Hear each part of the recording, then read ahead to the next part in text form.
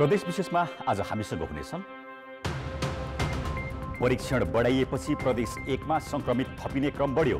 अधिकांश संक्रमित भारतबाट आएका। भारतीय सीमानाबाट लुकीछिपी आउने दिनदिनै बढ्दै क्वारेन्टाइन नबसी सोझै घर जाने प्रवृत्ति।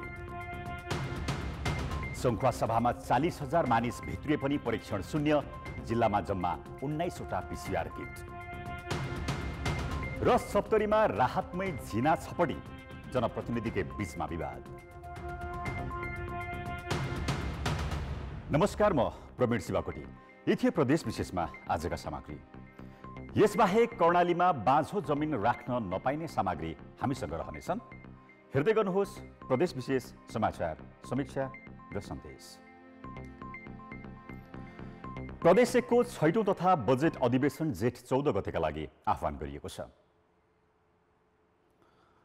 प्रदेश सरकारको सिफारिस अनुसार प्रदेश प्रमुखले 14 गते दिउँसो 2 बजेका लागि अधिवेशन आह्वान गरेका हुन्। प्रदेश सरकारले निर्णय गरी सोमबार बजेट अधिवेशन आह्वानका लागि प्रदेश प्रमुख सोमनाथ अधिकारीलाई सिफारिस गरेको थियो। संविधानको धारा 183 को उपधारा 1 बमोजिम अधिवेशन आह्वान गरिएको प्रदेश प्रमुखको कार्यालयले जनाएको छ। आइतबार यता 1 नम्बर प्रदेशमा कोरोना भाइरसका 18 जना संक्रमित थपिएका छन्। समाजमा संक्रमण फैलिएको भए पनि परीक्षण सुस्त हुँदा नदेखिएकाले संक्रमण परीक्षणको दायरा बढेसँगै बाहिर आएको हो। 1 नम्बर प्रदेशमा संक्रमितको संख्या 54 पुगेको छ भने 18 जना अस्पतालबाट निको भएर घर फर्किएका छन्। आइतबार यता 1 नम्बर प्रदेशमा 18 जना नोभेल कोरोना भाइरसका संक्रमित भेटिएका छन्। पहिले संक्रमण भेटिएको झापामा 10 जना थपिएका छन्। यसअघि संक्रमण फेला नपरेको सुनसरी, मोरङ, धनकुटा र खोटाङमा समेत भेटिएका छन्। समाजमा संक्रमित भए पनि परीक्षण नहुँदा देखिएका थिएनन्। परीक्षणको दायरा बढाएसँगै संक्रमितको संख्या वात्तै बढेको चिकित्सकको भनाइ छ। यो क्रमशः सरकारले चाहिँ यो परीक्षणको दायरा पनि बढाउँदैछ र त्यही उसको प्रयासको फलस्वरूप यहाँले हेर्नुभयो भने दिनौँ चाहिँ थप बिरामीहरू पत्ता लागेका छन्। त्यो हिसाबले एउटा त हामीले टेस्टिङ पनि बढाइरहेका छौँ। झापाका सबै संक्रमित र मोरङ तथा सुनसरीमा भेटिएका अधिकांश संक्रमित भारतबाट आएका हुन्। विराटनगरको सफाई मजदुर, धनकुटाकी स्वास्थ्यकर्मी, इटरीका विद्यार्थी र खोटाङका संक्रमित काठमाडौँबाट आएका हुनुले प्रदेश सरकार धेरैभन्दा धेरैको परीक्षण गरेर मात्र संक्रमण नियन्त्रण गर्न सकिने निष्कर्षमा पुगेको छ। त्यसै अनुसार प्रदेश सरकारले परीक्षणको दायरालाई बढाउने रणनीति बनाएको छ। 15 गतेभित्र हामी 10,000 संख्या पीसीआर टेस्टिङ पुर्याउँछौँ। त्योभन्दा बढी हामी आवश्यक पर्दाखेरि 50,000 सम्म गर्नुपर्छ कि भन्ने तयारीका साथ आउँदो महिनाहरूको लागि पनि तयारी सुरु गरेका छौँ। केही दिनभित्र हामीलाई पर्याप्त भेटिएम र रिएजेन्टहरू जम्मा हुन्छ, आइसक्छ र हामी खास गरी जेठ 15 पछि हाम्रो गति बढ्छ र जेठ 15 भित्र 10,000 पुर्याउने हाम्रो लक्ष्य रहेको छ।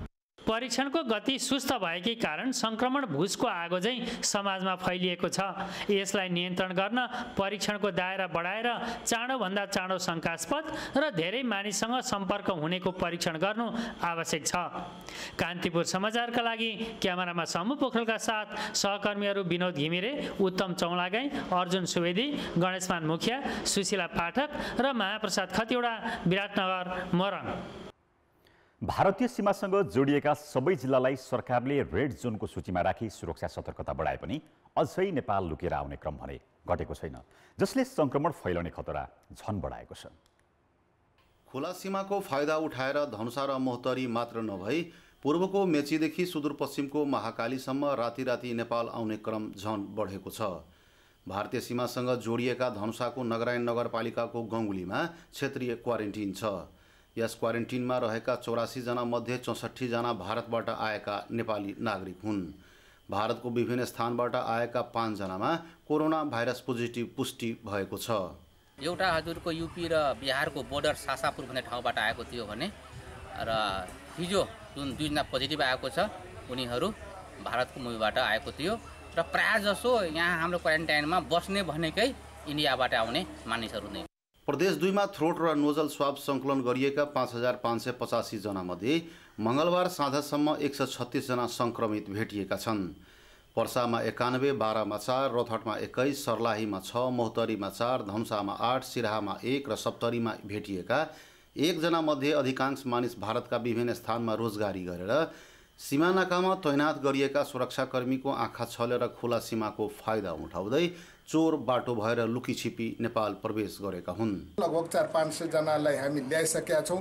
त्यो सबै व्यवस्थित तरिकाले हामी ल्याइरहेका छौँ र व्यवस्थित तरिकाले उनीहरूलाई जसलाई क्वारेन्टाइनमा राख्नु हो क्वारेन्टाइनमा राखिरहेका छौँ, जसलाई आइसोलेसनमा राख्नुपर्ने हो आइसोलेसनमा राख्ने हो, होइन जसलाई चाहिँ कुनै किसिमको सङ्क्रमण छैन भने उनीहरूको लागि सुरक्षित घरसम्म पुगाउने काम चाहिँ प्रदेश सरकारले गरिरहेछ। भारत सरकारले घर जान चाहनेका लागि रेल सेवा सञ्चालन गरेपछि विभिन्न स्थानमा रोजगारी र विशेष कामकाजका लागि गएका नेपालीको सीमा क्षेत्रबाट आउने क्रम बढेको हो।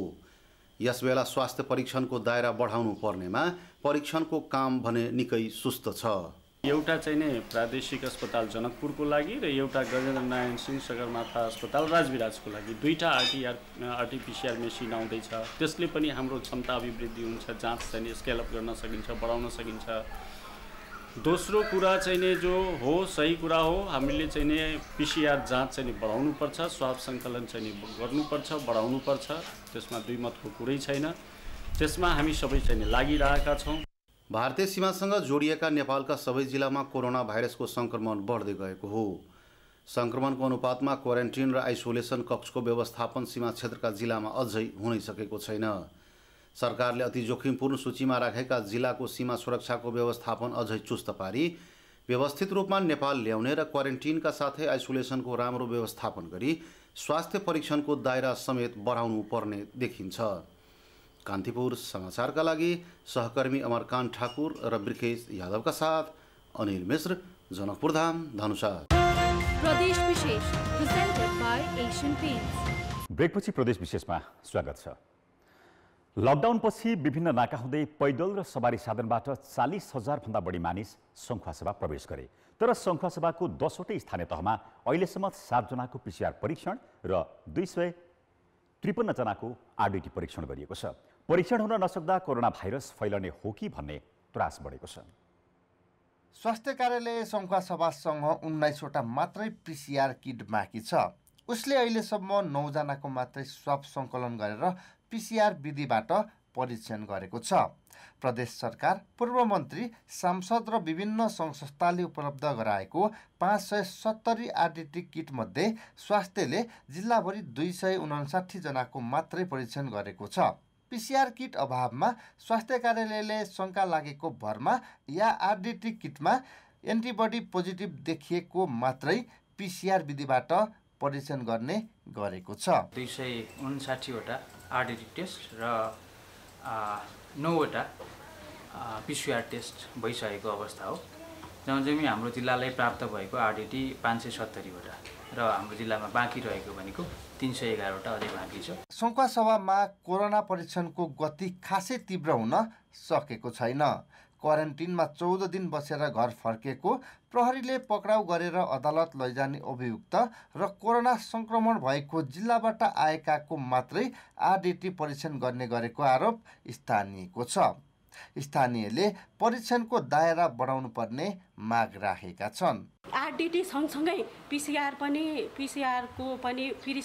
परीक्षण पनि द्रुत गतिमा बढाउनको लागि हामी विशेष अनुरोध गर्दछौँ। लकडाउन पछि सङ्खुवासभाको टुटे देउराली, सभाखोला, भोजपुरको सडानन्द नगरपालिकाको नाका हुँदै यहाँका 10 स्थानीय तहमा लकडाउनको अवधिमा कम्तीमा 40,000 मानिस भित्रिएको अनुमान गरिएको छ। लकडाउन पछि सङ्खुवासभामा निर्माणाधीन 900 मेगावाट क्षमताको अरुण तेस्रो आयोजना कोशी कोरिडोर, बसन्तपुर चैनपुर सडक खण्ड र सभाखोला लेगुवाघाट खण्ड, खाँदबारी किमाथाङका सडक लगायतका आयोजनामा भित्रिएका कामदारको पनि आरडीटी परीक्षणसम्म गरिएको छैन। यी आयोजनामा करिब 7,000 कामदार कार्यरत छन्। पछिल्लो समय विभिन्न जिल्लामा बाहिरी जिल्लाबाट गएकाले कोरोना भाइरसको सङ्क्रमण बढाइरहेको बेला परीक्षणलाई तीव्रता दिनुपर्ने आवश्यकता देखिएको छ। कान्तिपुर समाचारका लागि दिपेन्द्र साक्य, खाँदबारी, सङ्खुवासभा। लकडाउनले छाक टार्न समस्या भएकाहरूको पहिचान गरी सरकारले राहत सामग्री वितरणको काम गरिरहँदा पनि सप्तरीका छिन्नमस्ता गाउँपालिकाका कुनै पनि बासिन्दाले राहत पाउन सकेका छैनन्। सप्तरीको छिन्मस्ता गाउँपालिकाको वडा नम्बर 3 भारतीय सीमावर्ती क्षेत्र हो। 10 गजा छेउमै रहेको उक्त वडाका अति विपन्न परिवारलाई स्थानीय सरकारले लकडाउनको 8औं सप्ताह चलिरहँदा पनि राहत सामग्री उपलब्ध नगराउँदा कतिपय भोकै बस्न बाध्य बनेका छन्। मजदुरी गरेर 2 छाक टार्दै आएका आफूहरू लकडाउनका कारण काम नपाउँदा सपरिवार नै भोकै बस्नु परेको दुखेसो पोखेका छन्। रोजी करे छले त खाए छले, हड़ताल नहीं रहते, रोजी रोटी चले चले तो खाए चले, आज रोजियो रोटी अगर मेरे गले ककरे कोई जान दे चेक करे तीन हुआ देसे अखनी तक सर किछो न दल के लिख के लागल। हम सब गरीब छे, रोकै छे कैसे वायरस छे त घर से नहीं निकल त खेबै कथी गरीब छे त जब लिख लाग देबे न के बाल बच्चा छे त की खेबै। छिन्मस्ता गाउँपालिकामा जनप्रतिनिधि बीच रहेको विवादले गर्दा वडा नम्बर 3 मात्रै नभई सिङ्गो गाउँपालिका भरि अहिलेसम्म राहत सामग्री वितरण हुन सकेको छैन। उक्त गाउँपालिकामा करिब 6000 परिवारलाई राहतको आवश्यकता देखिएको छ। यता सप्तरीको महदेवा, हनुमाननगर, कंकाली सहित अरु 17 वटा स्थानीय तहमा भने राहत वितरणको काम भइरहेको छ। हालसम्म सप्तरीमा 77647 परिवारलाई जनै 15 किलो चामल, 2 किलो दाल, 1 लिटर खाने तेल र 1 प्याकेट नुन वितरण गरिएको छ। लगभग 6000 घरधुरीलाई वितरण गरेको छु, भइरहेको छ। लगभग सामग्री आइपुगेको छ 6000 जनाको। वितरणको आधार जो वार्ड अध्यक्ष र 4 जना राजनीतिबाट 4 जना मिलेर छनौट गरेको छ। अति विपन्न दलित जुन समुदायहरू छन् उहाँहरूलाई हामी नछुटाइकन र त्यसपछि जो अब हुने खानेमा पनि जो समस्यामा परेका छन् मजदुरहरू उहाँहरूलाई हामी लक्षित गरेर वितरण कार्य गर्दछौँ। यसैबीच जनप्रतिनिधि र कर्मचारीले गरिब तथा विपन्न परिवारको सूची बनाएर थालेको राहत सामग्री वितरणमा पनि भेदभाव देखिएको छ। सप्तरीका केही धनाडेदेखि इन्जिनियर र तत्कालीन पूर्व गाविस अध्यक्ष समेतले राहत सामग्री लिएका छन्। यसरी आवश्यक नभएका व्यक्तिले राहत पाउनु र एक छाकका लागि पनि अर्काकै मुख ताक्ने परिवारले राहतै नपाउनु कस्तो विडम्बना। कान्तिपुर समाचारका लागि आर्यन विश्वास, राजविराज, सप्तरी। प्रदेश विशेष प्रेजेन्टेड बाइ एशियन पेन्ट्स। ब्रेकपछि प्रदेश विशेषमा पुनः स्वागत छ। हिजो मात्रै खोटाङको हलेसीमा एक युवामा कोरोना संक्रमण पुष्टि भएको छ। ओखलढुङ्गा र सोलुखम्बुमा संक्रमणको पुष्टि भने भइसकेको छैन। तर यी 3 जिल्लाको प्रमुख नाका मानिने ओखलढुङ्गाको हर्कपुरमा स्वास्थ्य परीक्षण र सुरक्षा जाँच फितलो देखिन्छ, जसले गर्दा ती जिल्लामा थप संक्रमण फैलने जोखिम बढेको छ। उदयपुरको कटारी नगरपालिकासँग सीमा जोडिएको हर्कपुर नाकाबाट दैनिक 30 देखि 50 वटा सवारी प्रवेश गर्छन्। यहाँबाट प्रवेश गरिरहेका सवारी साधन प्रहरीले पास हेरेकै भरमा भित्रिरहेका छन्। विराटनगर, वीरगञ्ज, लाहान जस्ता ठाउँबाट दैनिक उपभोग्य सामग्री ढुवानी भइरहेको छ। तर सवारी चालक र सहचालकको स्वास्थ्य परीक्षण, सवारीको आवश्यक सफाइमा ध्यान दिएको देखिँदैन। कोरोना भाइरस संक्रमणको जोखिम रोक्न गर्नुपर्ने सुरक्षा सावधानी हर्कपुर नाकामा अपनाइएको छैन। वीरगञ्जदेखिको गाडी, विराटनगरदेखिको गाडी, अब जनकपुरदेखि जति सामान ढुवानीहरू हुन्छ ती सामानहरूमा 2-3 जना 4 जना मान्छेहरू घुसी पुग्ने आउने र साना गाडीहरू पनि त्यसै गरी आउने हैन। त्यसले गर्दा यहाँ व्यवस्थापन अलिक कमजोरी। गाउँपालिकाले स्वास्थ्य सहायता कक्ष स्थापना गरे पनि यात्रुवाहक सवारी र एम्बुलेन्समा सवारलाई मात्र ज्वरो परीक्षण गरी उनीहरूको सम्पर्क विवरण संकलन गर्दै आएको छ। कम्तीमा सबै किसिमका सवारी चालक र सहचालकको स्वास्थ्य परीक्षण गर्नुपर्ने स्थानीयको भनाइ छ। मानेबञ्जाङ गाउँपालिकाको स्वास्थ्य शाखा प्रमुख भने स्वास्थ्य सहायता कक्षले यहाँबाट प्रवेश गर्ने सबैजनाको स्वास्थ्य परीक्षण गर्ने गरेको बताउँछन्।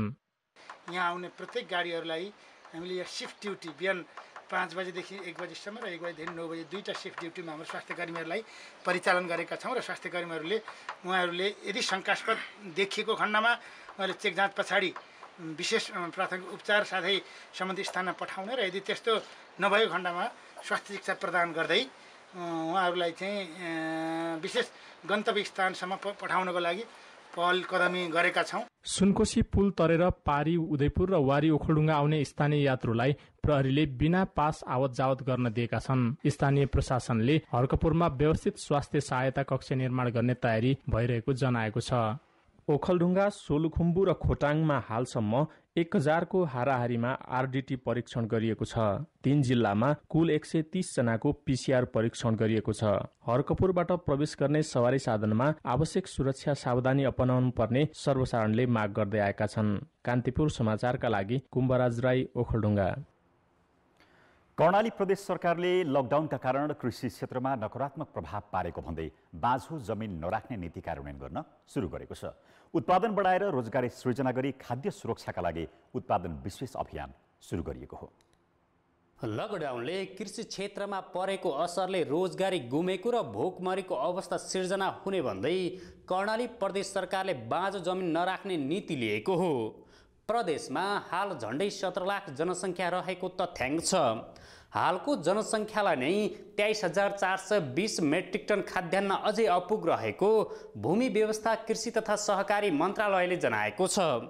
कर्णालीमा लकडाउनले निकट भविष्यमै खाद्य सङ्कट निम्तिन सक्ने भन्दै प्रदेशमा खेतीयोग्य जमिनको 28% बाँझो जग्गाको सम्भाव्यता अध्ययन गरेर सदुपयोग गरिने मन्त्रालयले जनाएको छ।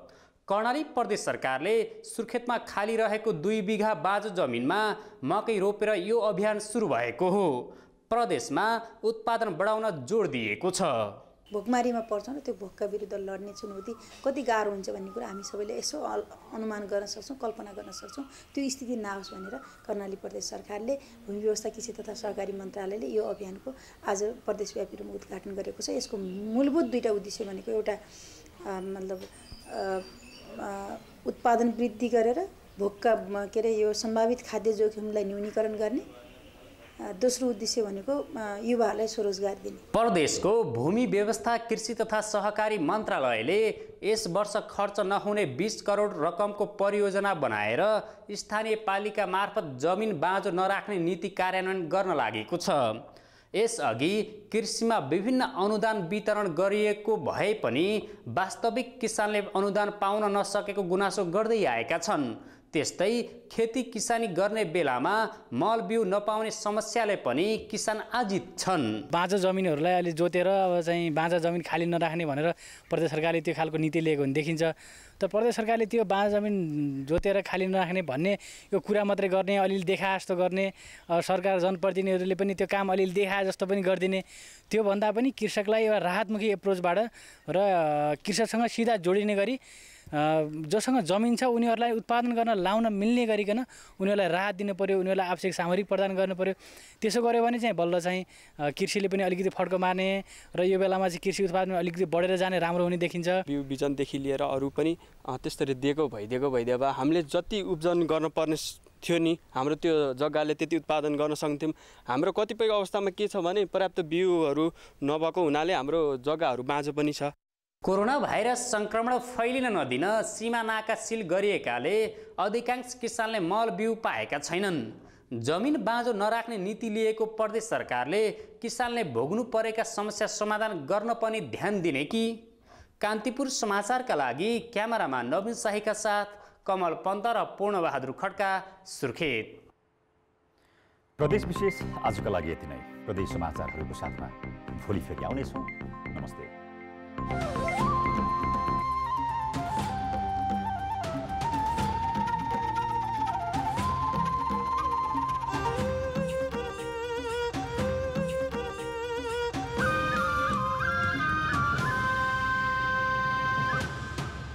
प्रदेश विशेष